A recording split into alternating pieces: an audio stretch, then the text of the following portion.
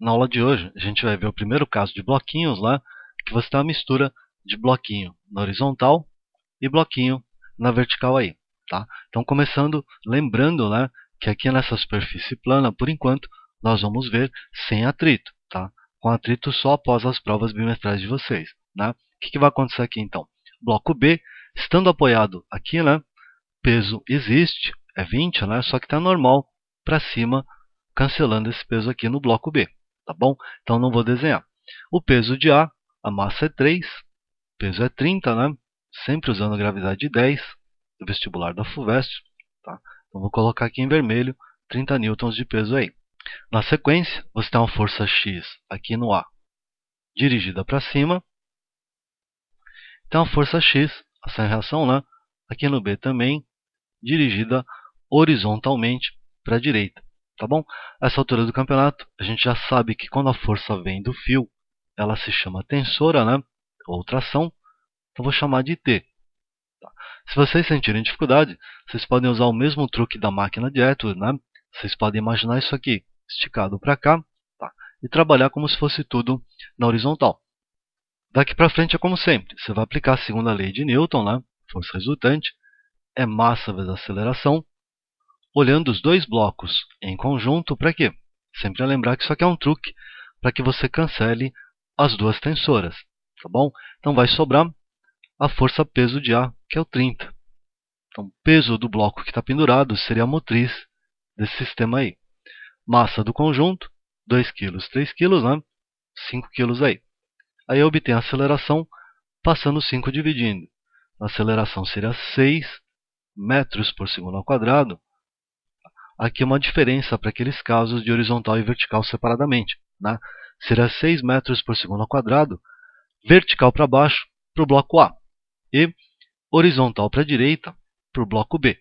Vocês lembram que isso aqui é importante quando eu for aplicar a segunda lei, né? Olhando apenas um deles, tá? Vamos fazer os dois, só para a gente treinar, né? Se eu olhar o B, que é o mais fácil, né? Por que é o mais fácil? Se você visualizar apenas o bloco B, a única força que age nele é a tração. Então, a força tensora, né, ou tração, é a força resultante. Isso igual. Agora, a massa só do B, que seria 2 kg, mas a aceleração que eu obtive aqui, ó, 6. Então, a força de tração no fio seria 12 newtons aí. Tá bom? Vou fazer o bloco A, só para conferir, né? Então, força resultante igual a massa vezes a aceleração. Bloco A. Na prova de vocês, escrevam sempre, né, qual bloco que você está aplicando a fórmula, que eu não vou ficar tentando adivinhar isso aí não. Então, se eu olhar o bloco A, ignora o bloco B. Visualizando o bloco A, eu tenho uma força vermelha para baixo e uma força verde para cima. Aquela dúvida de sempre de sala de aula, né? Professor, eu faço a verde menos a vermelha ou a vermelha menos a verde?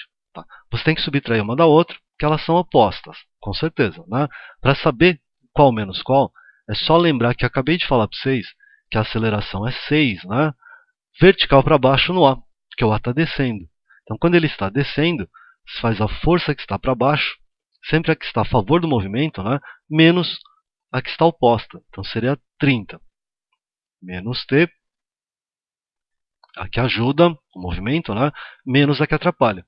Isso igual a massa do A, 3 kg, a aceleração que é 6.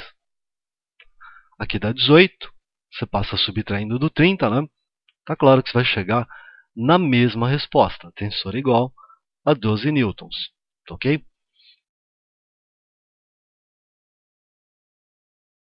Outra pergunta que aparece muito em sala de aula, né, é quando eu inverto a posição dos blocos. Então agora o bloco B tem 2 kg, está pendurado aqui, e o bloco A de 3 kg está apoiado nessa superfície horizontal aqui sem atrito, tá bom? Muitos de vocês falam, professor, aqui o sistema vai ficar parado. Por quê? Porque o bloco mais leve está pendurado no mais pesado. Lembra que isso poderia ser verdade, né? Se houvesse atrito nessa superfície aqui. Como não há atrito, não depende do peso da massa, né, que está pendurado. Você sempre vai conseguir ter um movimento aqui para vertical. Então, bloco B, a massa é 2, né? O peso é 20 newtons. Tá bom? Isso aqui vai se mover para cá, independente do valor da massa aqui. Tá? Aliás, a gente poderia até exagerar um pouquinho. Se aqui fosse 1000 kg e aqui 1 kg, ainda assim, isso aqui ia se mover nesse sentido que eu estou indicando com o cursor aí. Fora o peso, tensora, né? No A e no B. Vou colocar aqui embaixo. Lembrar sempre que as forças deveriam ir no centro de massa, tá bom? Eu vou aplicar a segunda lei no conjunto, né? Para poder não olhar a tensora, tá? Aí sobraria o 20, a força vermelha, né? Peso de quem está pendurado seria a motriz, ok? A massa do conjunto, 5 kg. E um resultado meio lógico, né? Meio óbvio. Se você pendurar o mais leve e abandonar o sistema à ação da gravidade, tá? Isso aqui vai se mover mais lentamente, entre aspas. Você lembra que no caso anterior, quando eu tinha o bloco de 3 kg pendurado aqui e o B aqui em cima, a aceleração havia dado 6 metros por segundo ao quadrado.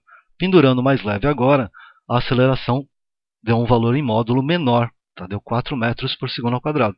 Ok? Aí eu poderia aplicar a segunda lei para acabar o exercício, né? Calcular a força de tração apenas no bloco A, que é o mais simples aqui, tá bom? Então, visualizando só o bloco A, vou circular aqui, né? A única força remanescente no bloco A é a força verde, que é a força de tração. Isso igual massa do bloco A seria 3, né? Vezes a aceleração, que vale 4. Isso dá um total de 12 newtons.